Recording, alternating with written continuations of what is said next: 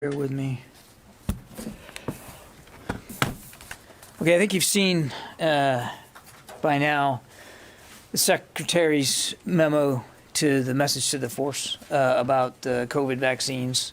That's public now, so I'm not going to reread it for you. I think you all can get the gist of it. I would just point out that there's sort of three elements here to it. One is that he will request approval from the president for a waiver to make the COVID vaccines mandatory by mid-September. He'll make the request for the waiver by mid-September. I've seen some reporting out there that means that all the troops have to be vaccinated by mid-September. That's not accurate. He'll make the request by mid-September unless or until FDA licensure occurs before that time, at which point the Secretary has the authority he needs upon FDA licensure to make whatever vaccine is then given that license mandatory.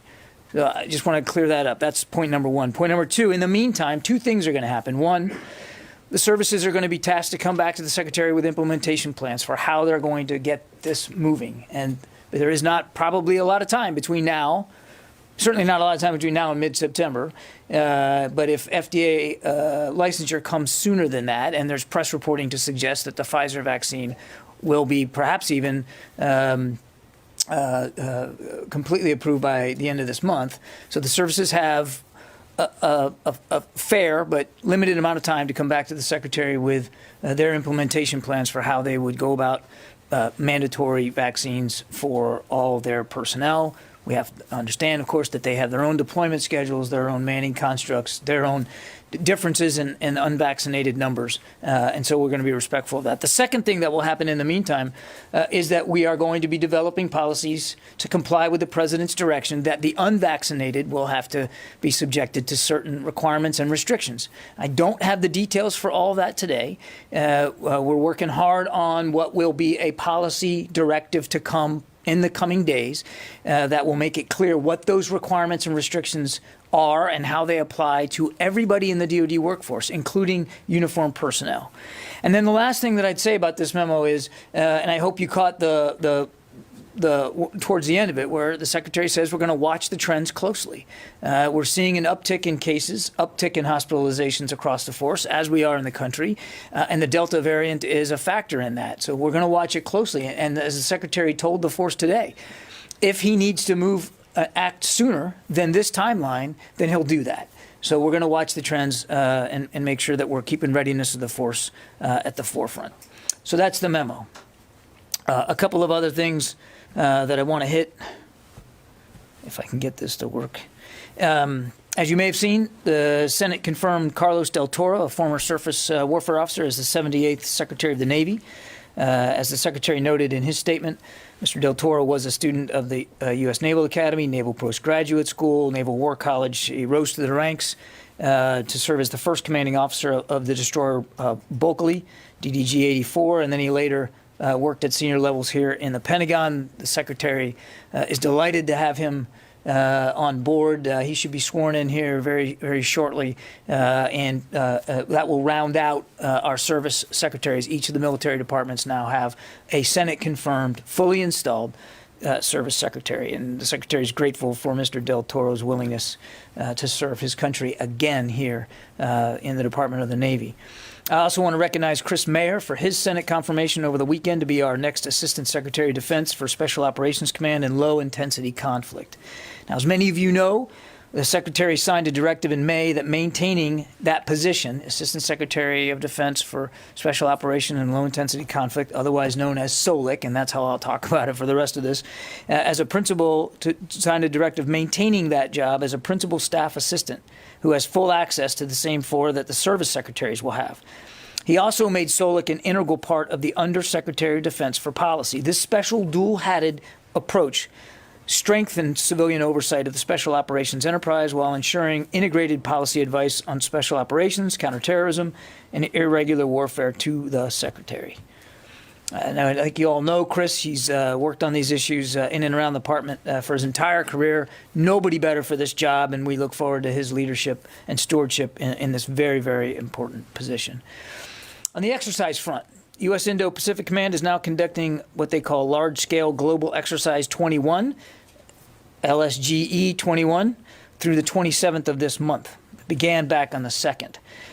The exercise is a proof of concept, global command and control pilot exercise with a regional focus, linking existing planned service joint and multilateral exercises to conduct an operational level maneuver. U.S. forces will participate alongside the United Kingdom, the Australian Defense Force, and the Japanese Self-Defense Force. LSGE 21 is an all-domain exercise across the Indo-Pacific in air, land, and sea, field training, cyber and space operations, and special operations activities and logistics.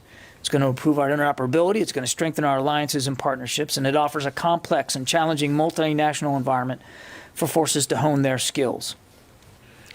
Now, while the Navy's Pacific forces are duly nested under LSGE 21, the United States Navy's large-scale exercise, LSE 21, is running through August 16th, with naval forces operating around the globe to include more than 80 live and virtual units spanning 17 time zones and 6 naval and Marine Corps component commands. Units will participate in live and virtual scenario-driven, globally integrated fleet training. This, again, demonstrates the flexibility of our distributed maritime operations and expeditionary and littoral operations within a contested environment. And it'll include, as I said, live and both simulated training as well as real-world operations. And then finally, I want to take a chance here to welcome our new, in public affairs, our new Principal Deputy Assistant to the Secretary, Elizabeth Trudeau. She's coming to us from the State Department, career Foreign Service officer at very senior levels. She was a consul general just recently in Belfast, and before that in Lahore, Pakistan. As some of you know, I worked closely with Elizabeth when I had the opportunity to work at the State Department a few years ago. No finer professional, and I'm really excited to have her on board to help me communicate for the department. So is she in the room? Nope, she's not here. But I encourage you to come on by, say hi to her, shake her hand if you haven't met her before. And again, I just can't thank her enough for being willing to depart from the normal career Foreign Service track in the State Department and come over here to the Pentagon for a little while to help us do a better job communicating. So I'm grateful to her, and I'm sure you all will have a good time working with her. So with that, we'll take questions. I think Lita's on the phone. Thanks, John. One quick thing on vaccines, and then I have a second question. On the vaccines, does the department believe that it has enough of the vaccine to meet requirements if and when the president does approve the waiver or something, or it does become formal? And you may not be able to answer this because the implementation plans aren't in yet, but are there enough vaccines, and then does it get rolled out in phases? And then my second question is on a different topic. Do you want to wait? Yeah, let's wait. So on the inventory, we don't believe the inventory is going to be a problem. Again, that's one of the reasons why the Secretary is given the services a couple of weeks to come back with their implementation plans, and certainly any concerns that they might have about inventory. And I can't speak to service inventory. You'd really have to go to them. But we will make sure that the inventory will not be a limiting factor here when these vaccines are made mandatory. And then as for phases, again, that's what we're looking for from the services leader to come back to tell the Secretary how best they think they can implement once the vaccines are made mandatory, because each service is unique. Each one has a different unvaccinated population. Each one has different deployment and operational and exercise demands. I just went through a bunch of exercises in the Indo-Pacific. So there's a lot of different intrinsic cultural and operational issues that the services will have to factor in, and the Secretary is interested in hearing their plans for doing it in the most efficient way. There will be a reporting requirement for the services to come back to the Secretary on a periodic basis to let him know how they're doing. Again, we don't have all the details of exactly what that reporting process is going to look like, but as soon as we get closer, we'll certainly make sure that everybody's aware. What was your second question? Afghanistan. You're aware, I'm sure, about Kunduz over the weekend. With this, with the Taliban clearly rolling along at this point, does the Secretary believe that the U.S. should increase the amount of airstrikes and support it's giving to the Afghans? And can you say whether or not the Pentagon is making any recommendations to be allowed to do airstrikes beyond August 31st as currently planned? Thank you. On the second part, I don't have anything to update with respect to what authorities might exist after August 31st. I think when the Secretary was last here at the podium, he said that our focus is on executing the authorities and using the capabilities we have through the end of the drawdown, which is at the end of the month. And I'm simply not going to speculate what things are going to look like beyond that. On your first question, the Secretary shares the concern of the international community about the security situation in Afghanistan, which is clearly not going in the right direction. And the Secretary continues to believe that the Afghan forces have the capability, they have the capacity to make a big difference on the battlefield.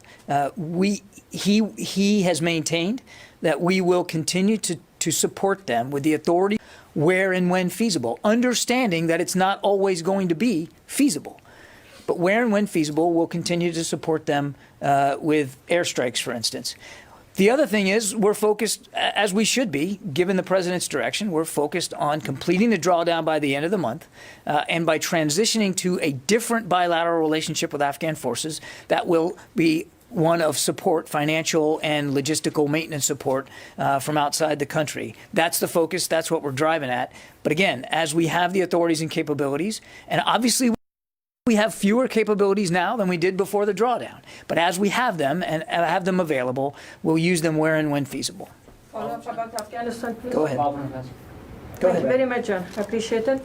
As she mentioned, Taliban increased their attacks in Afghanistan and they control most of the key provinces in Afghanistan.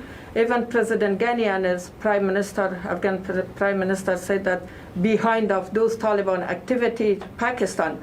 And people ask, Afghan people ask that why United States, especially Pentagon, doesn't bring pressure on Pakistan. And we don't, Afghan people did not understand that Pakistan is their enemy or a friend. The expectation is very high to bring pressure on Pakistan. We continue to have conversations with Pakistani leadership about the safe havens that exist along that border between Afghanistan and Pakistan. And we're mindful that those safe havens are only providing a source of more insecurity, more instability inside Afghanistan. And we're not bashful about having that discussion with Pakistani leaders. We're also mindful that Pakistan and the Pakistani people also fall victim to terrorist activities that emanate from that same region. So we're all, we all have a shared sense of the importance of closing down those safe havens and not allowing them to be used by the Taliban or other terrorist networks to sow discord. And again, we're having that conversation with the Pakistanis all the time. John, Yeah, go ahead, Lucas. John, why aren't you doing more to help the Afghan forces? As I said, Lucas, we are continuing to support them. And I assume you're asking about airstrikes, I'm guessing, because we are helping Afghan forces in a myriad of other ways. But I'm assuming that's your question. And as I said to Lita, nothing has changed about the fact that we have the authorities to do it throughout the drawdown. We have some capability to do it from obviously over the horizon, and the strikes that we have taken have all been from over the horizon. And we'll continue to use those capabilities where and when feasible. But as I said, Lucas, it's not always going to be feasible in every case. And the Taliban have been making advances, no question. The Afghans have capacity. They have capability. They have a capable Air Force.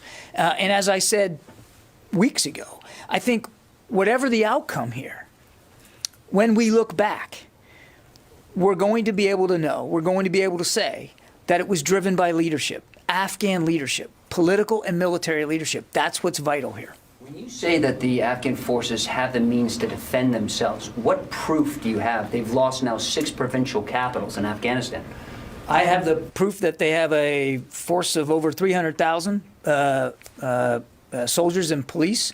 They have a modern Air Force, an Air Force, by the way, which we continue to contribute to and to improve. They have modern weaponry. They have an organizational structure. They have a lot of advantages that the Taliban don't have. Taliban doesn't have an Air Force. Taliban doesn't own airspace. They have a lot of advantages. now they have to use those advantages. They have to exert that leadership, and it's got to come both from the political and from the military side. Any sign that they're using those advantages right now in the country? I'm not going to get into an assessment every day here, Lucas, district by district, provincial capital by provincial capital, where, as I said at the very beginning of my answer, the Secretary's watching this closely, and we're deeply concerned about the trends and where it's going. The reason why not is because it's their country to defend now. This is their struggle. The Commander-in-Chief has given us a new mission, and that mission is to draw down by the end of this month, and that's where we're moving to. What it looks like beyond that, I'm simply not going to speculate. But this is their country. These are their military forces. These are their provincial capitals. Their people to defend, and it's really going to come down to the leadership that they're willing to exude here at this particular moment. Sorry, Yeah, go ahead. Go ahead. John, as far as United Nations are concerned, have United Nations asked or their members any role in Afghanistan now after the U.S. leaves Afghanistan? And also, what role you think now India and Pakistan should or are playing there? I won't answer the UN question.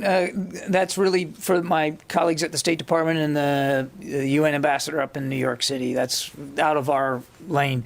But to your second question, we want all neighboring countries, to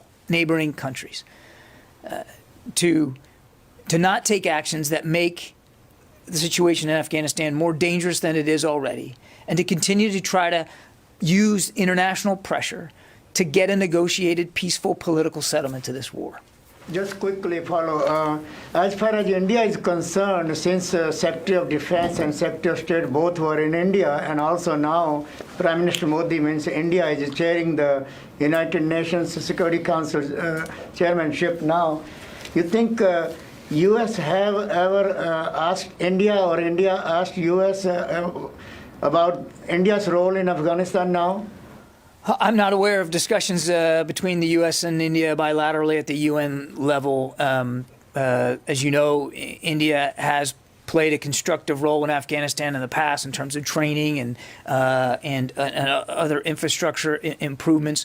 Clearly, that kind of work, that kind of effort to help Afghanistan, maintain stability and good governance is always welcome. But in terms of the specifics, I would again refer you to my State Department colleagues. Exactly. I got to go to the phone, guys. I'm sorry. Let me just do a couple here.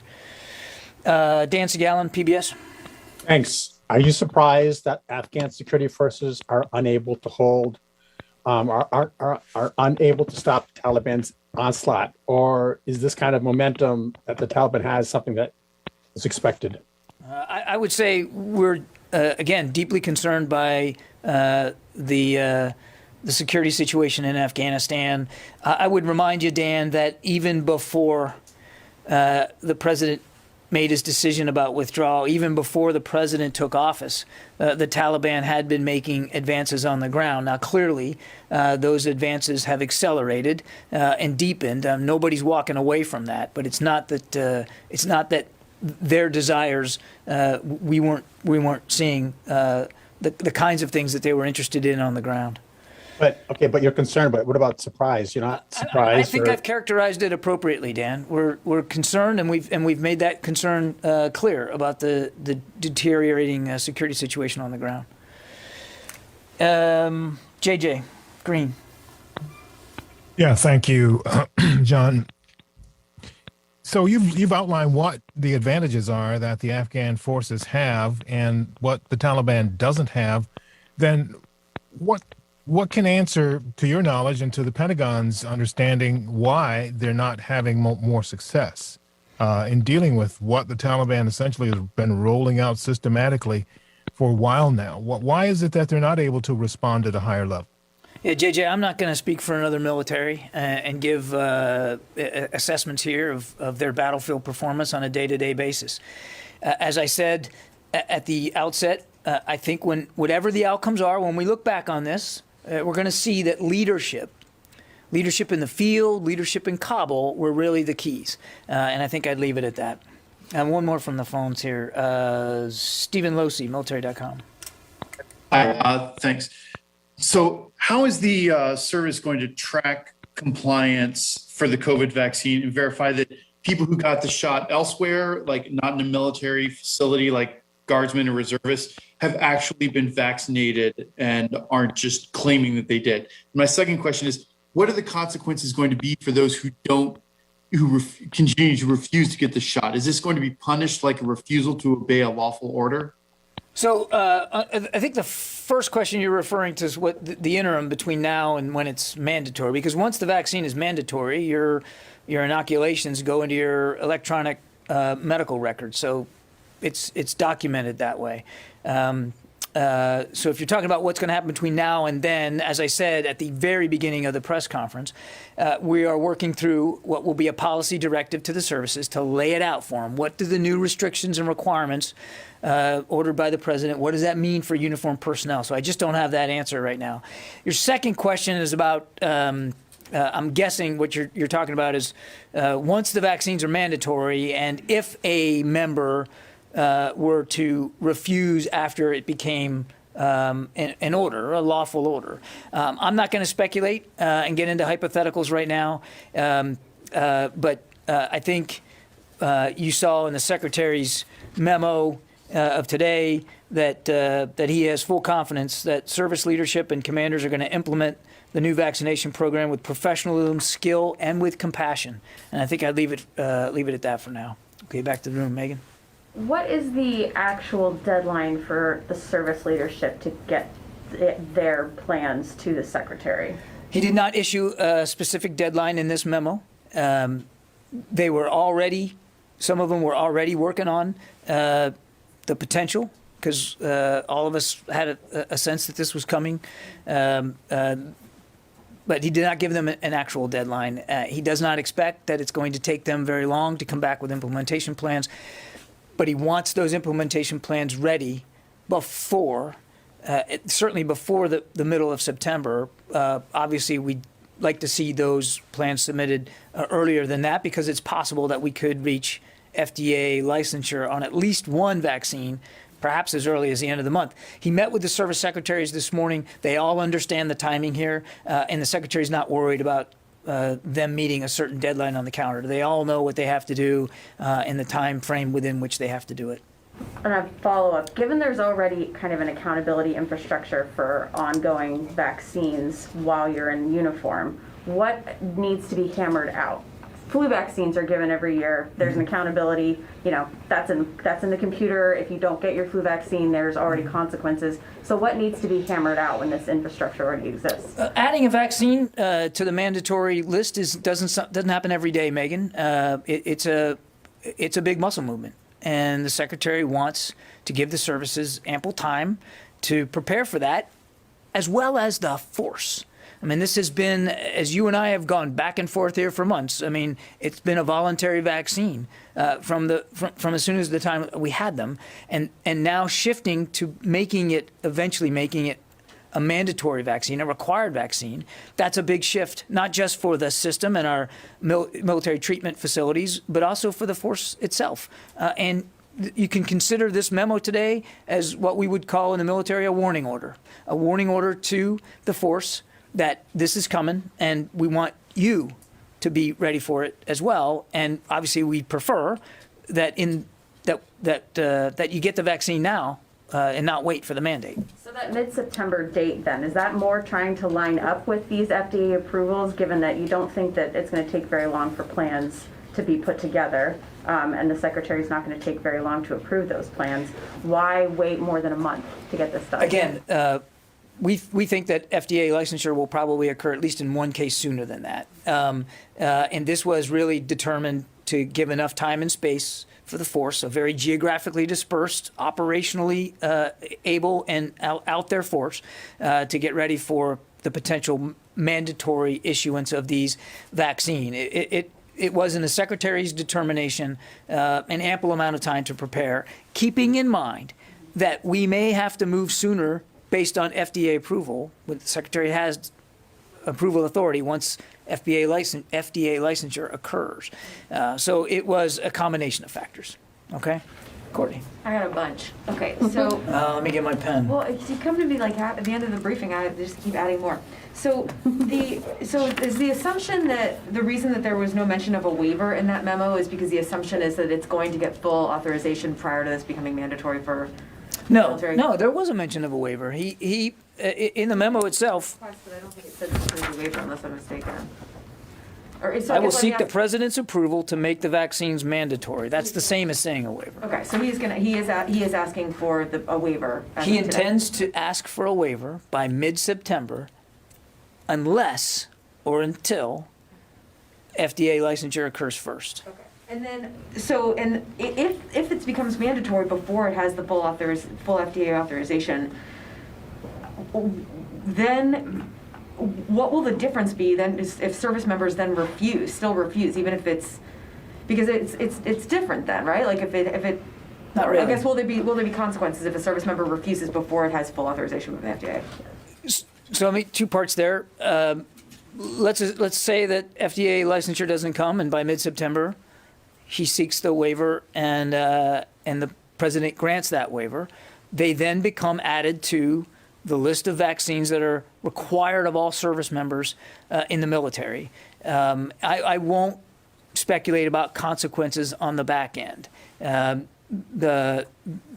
It would be premature to do that, but it then becomes a required vaccine, just like all the other vaccines, and I think there's 17 total. There's 8 at least I know of that you have to get just to go to boot camp.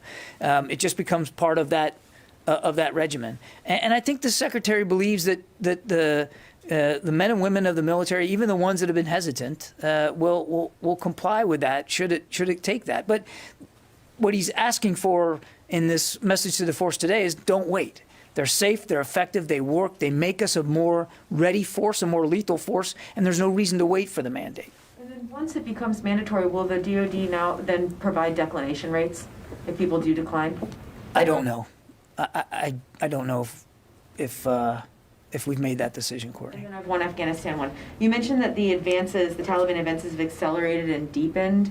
Does that mean that the Taliban is moving, sort of rolling through these areas, taking areas faster than the Pentagon or than the military had expected? And if so, why do you think that's occurring? I don't want to get into an assessment of faster than was expected or not expected. Clearly, the security situation is deteriorating. And just over the last, 72 hours, roughly 5 provincial capitals fell to the Taliban. That's deeply concerning.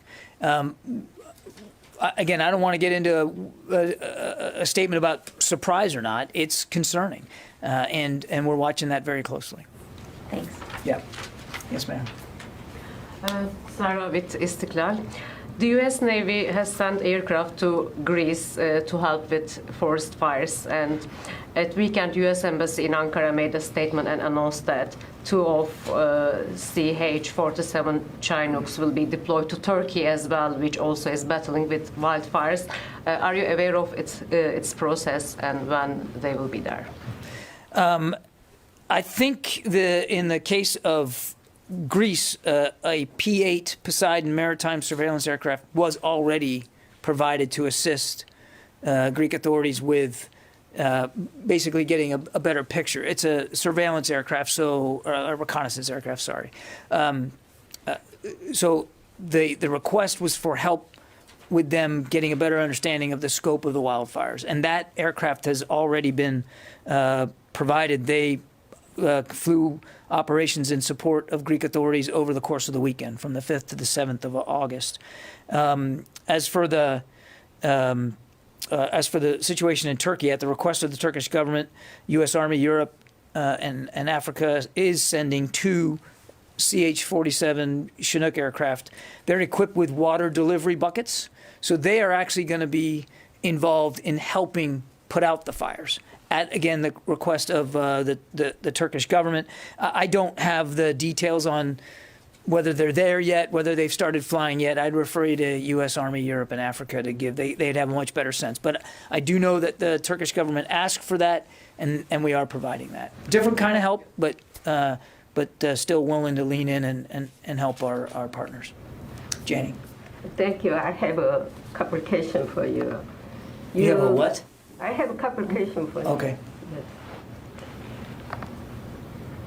You may have seen this report that there was recently a F-16 fighters emergency sortie from Kunsan Air Base in South Korea. Why did the Department of Defense release this fact right after the North Korean Kim Yo-jong demanded the cancellation of the U.S. South Korea joint military exercise? I don't have anything specific on these reported sorties. What I can tell you is that F-16s and other U.S. Air Force aircraft routinely fly out of Kunsan Air Base, and they conduct training missions and support regional security right alongside with our ROC allies.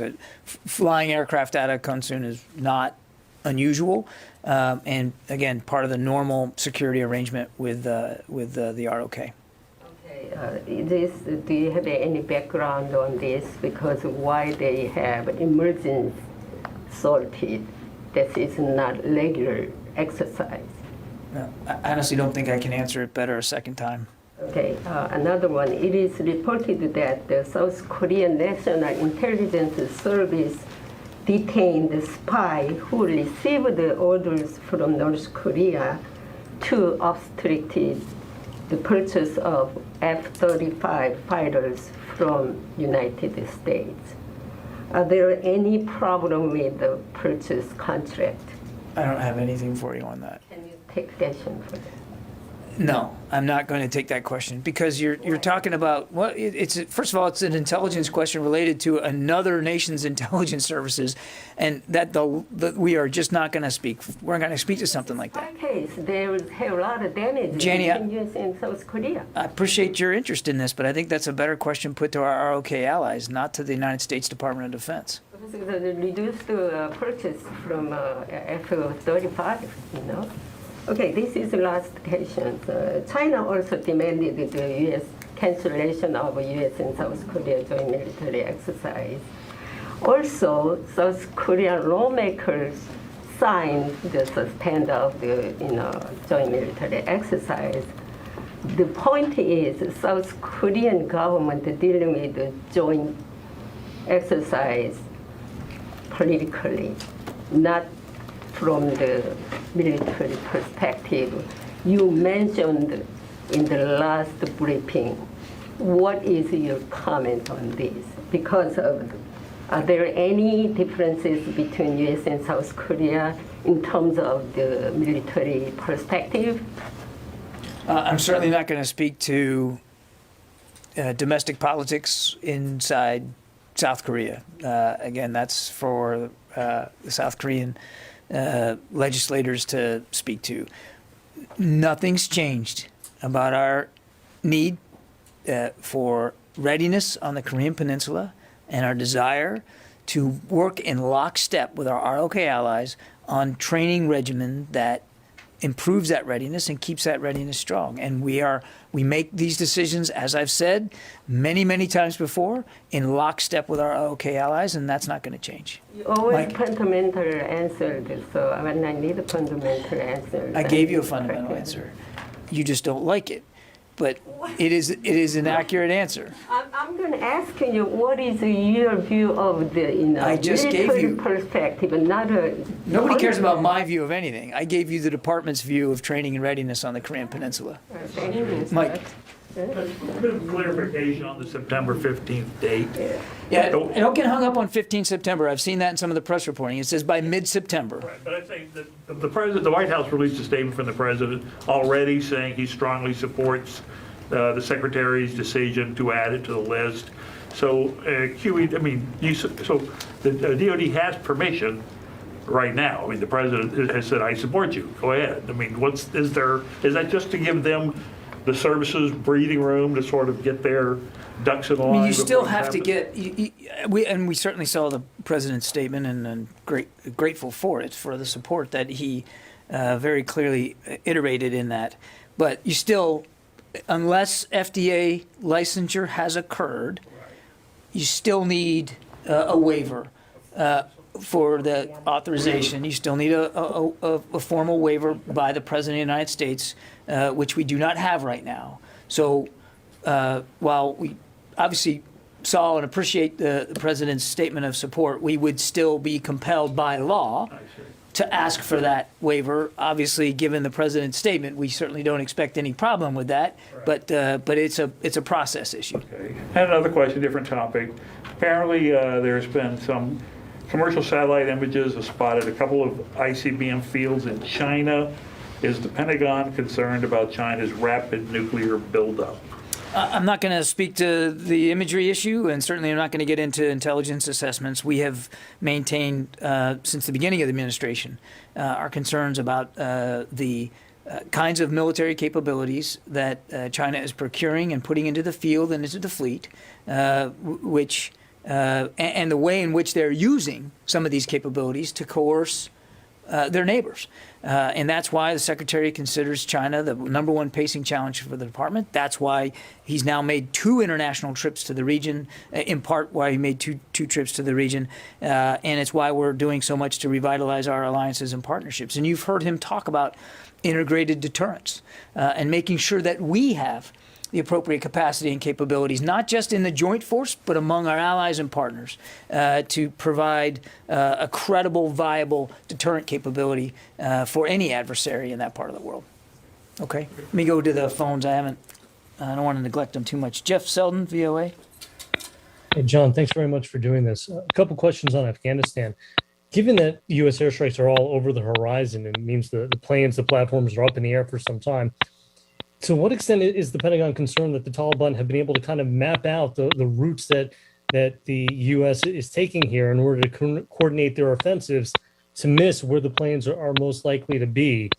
And also, how much can the U.S. do in cases where it seems like we saw over the weekend where Afghan forces don't put up any fight or don't put up a fight for very long before retreating?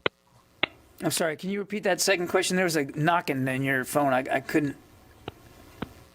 Yeah, sorry about that. The second question is, how much is the U.S. able to do to help Afghan security forces in cases like we saw over the weekend where it seems the Afghan forces aren't putting up much of a fight or not putting up a fight for very long, given the distances involved with the U.S. and the air power now?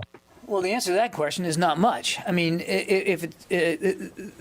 we don't have forces on the ground in partnership with them, and we can't. We will certainly support from the air where and when feasible, but that's no substitute for leadership on the ground. It's no substitute for political leadership in Kabul.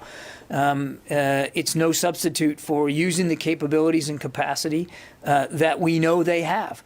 They have an air force the Taliban doesn't. They have modern weaponry and organizational skills the Taliban doesn't.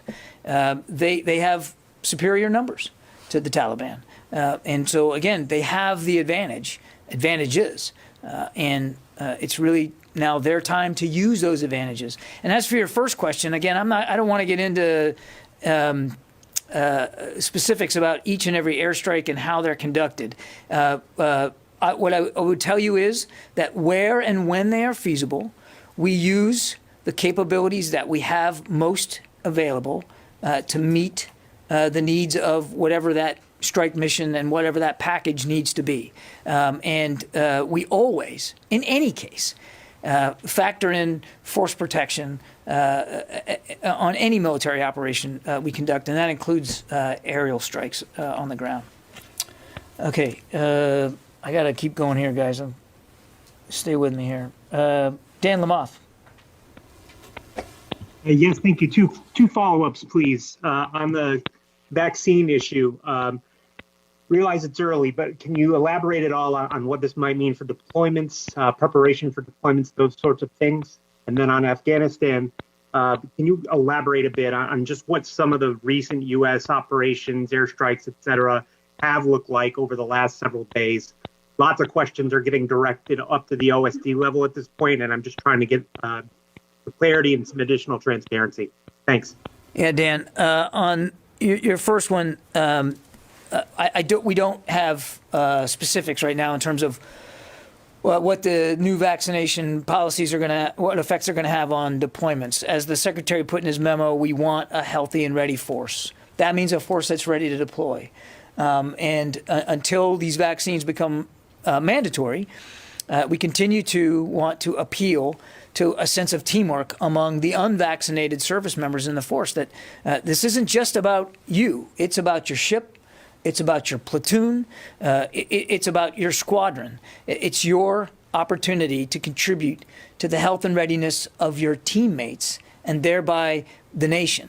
Now, once they become mandatory, they will become mandatory. As for the effect on deployers between now and mandatory, again, we're still working through that, as I said at the outset, and we'll have, I think, more defined policy prescriptive requirements and restrictions in the very near future. On airstrikes, Dan, not going to be a satisfying answer, but it'll be an honest one. We're not going to get into specific details of each and every strike, where, when, what kind of ordnance.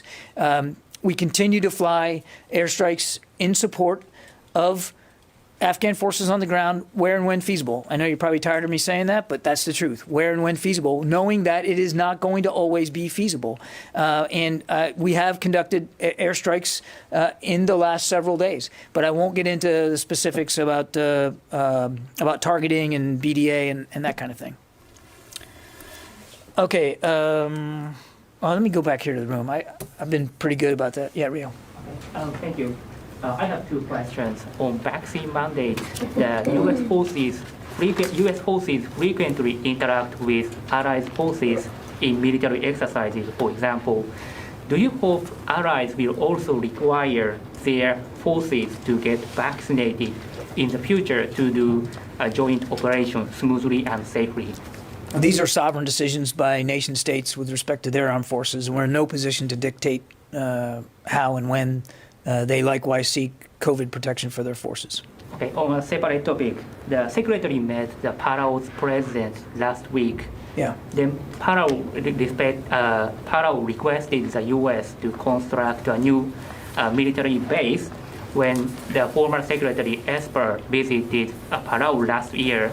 Did you have any progress in the meeting to build new military facilities or bases to create a more distributed force posture in the Western Pacific? The Secretary was delighted to meet with President Whips last week, and they had a very good conversation. It was not centered around the construction or additional or building of additional infrastructure to support U.S. forces. He did thank President Whips, of course, for the rotational support that we do get from Palau. It's modest in size, but it's important. It's important for, again, our network of alliances, partnerships, and friendships in the Indo-Pacific region. But there was nothing specific discussed or agreed upon with respect to additional infrastructure. Thank you. Yeah. Yes, sir. Paul Henley from AFP. A couple things. One, can you, following up on the earlier question, can you say how many bombing flights or strikes have taken place, and does the U.S. have the capacity to increase those, or are you at the limits, the over-horizon limits right now? I do not, and I won't get into a specific number. And as for our capacity, we have a pretty robust over-the-horizon capability already in the region, and we're going to continue to use it, again, where and when it makes the most sense, where and when it's feasible. As for whether it needs to step up or step down, that's going to depend, again, on the conditions on the ground and what is feasible from our perspective in terms of effectiveness. So you said, as you've said, but I'm not. What I want to walk you away from is this idea that we plan to accelerate or we plan to decelerate. We're going to continue to support them where and when feasible. You could accelerate if you. We have a robust capability in the region. You said before and said again today that things are getting worse. We've heard that for several weeks, and that the Afghan leadership needs to step up. Clearly, if things are getting worse, they're not doing what they need to do. What do they need to do? Are they failing? That is not a question that the department's going to take a position on, Paul. As I've said, they have all the advantages It's really about using those advantages to maximum effect. That question is much better put to Afghan officials in Kabul and in the field, not to the Department of Defense. Can we, because this has been going on for 4, 6 weeks, 2 months already, to say that same thing.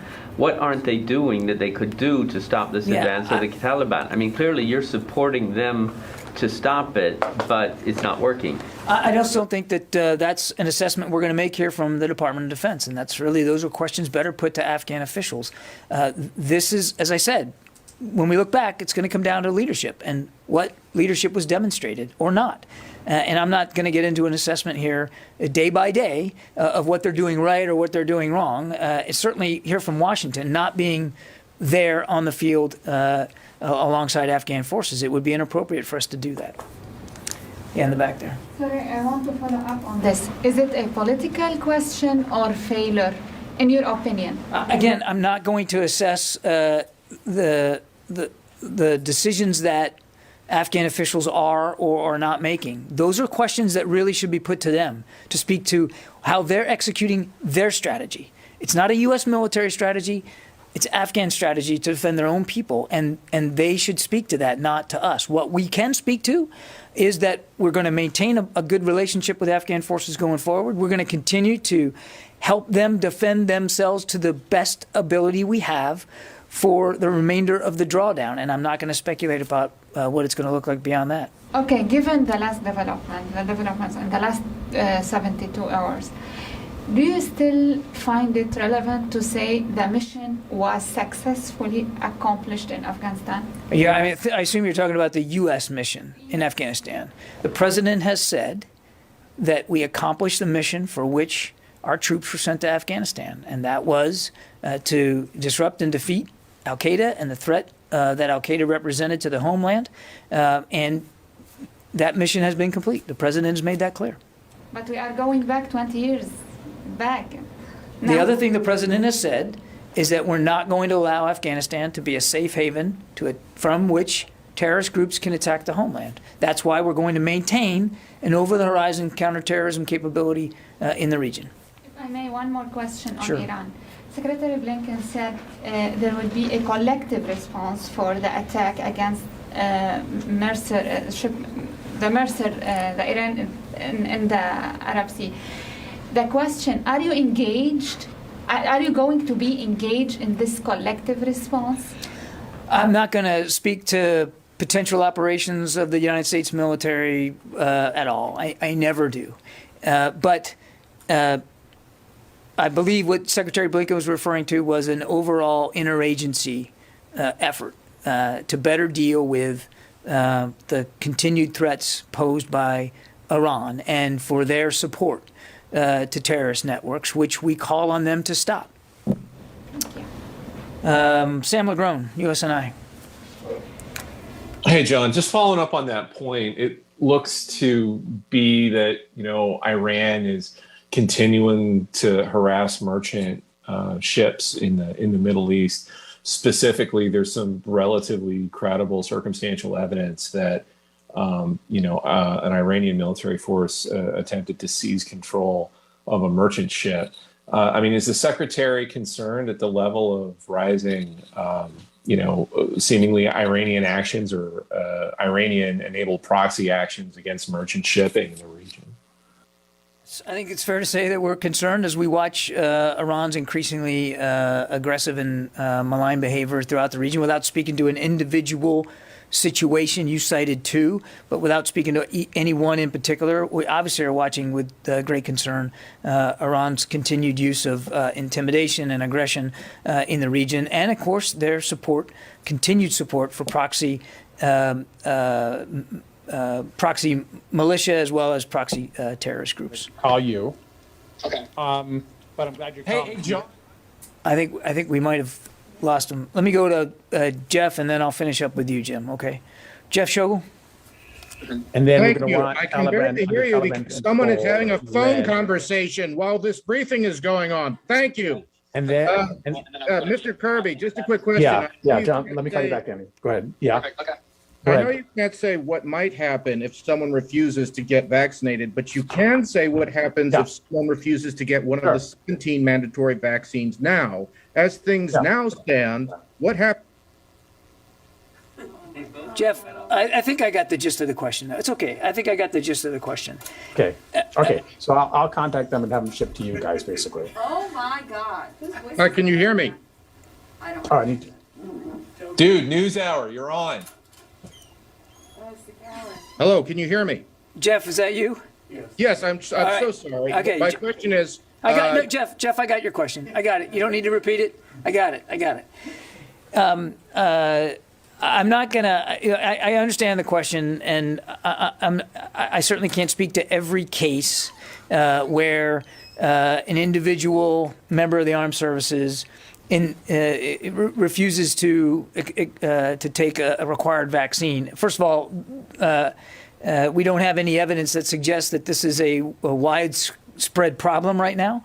I think members of the military understand when you sign up for the military that there are requirements laid upon you, and some of those requirements include being healthy and fit and ready to serve. And some of that depends on our requirement to make sure you're fit and healthy through inoculation and vaccination, as well as a whole host of other medical treatment that you get when you sign up. And so it isn't a widespread issue, and to the degree that it happens, my assumption is that is dealt with at the command level. And I would again, I'm not going to speculate about going forward here, but I would again point you to what the Secretary said in his memo today. It has every expectation that commanders, once this new vaccination program is in place, i.e. it's mandatory, are going to implement that new program with skill and with professionalism, the same skill and professionalism they do now for existing mandatory vaccines, as well as compassion. Jim. And just to sort of build on that, I guess it's something like 73% of the active duty force now has had at least one shot of vaccine. And probably the last third of the Secretary's memo was urging service members to just get the vaccine. Given that the Delta variant has already sort of driven up vaccination levels, do you expect that alone and putting this mid-September date on that might make a lot of guys and gals who are on the fence go and get the vaccine? We certainly hope so, Jim. Again, as I said, I think it was in answer to Megan, you can consider this memo not just a warning order to the services, but to the troops themselves. And we certainly hope that they will take advantage of the opportunity to get the vaccines now, that are available now to them on a voluntary basis. That's obviously a potential effect that we'd like to see achieved as a result of the Secretary's message. But if they don't, eventually we're going to get to a mandatory sort of regimen, and we'll take care of it then. Okay, thanks everybody. Appreciate it. For the total force and National 73% of the force has received one dose, and I can get you the exact number, but I think we're over 62% are fully vaccinated. No. It's active duty. Active duty. Yeah. Okay. Thank you.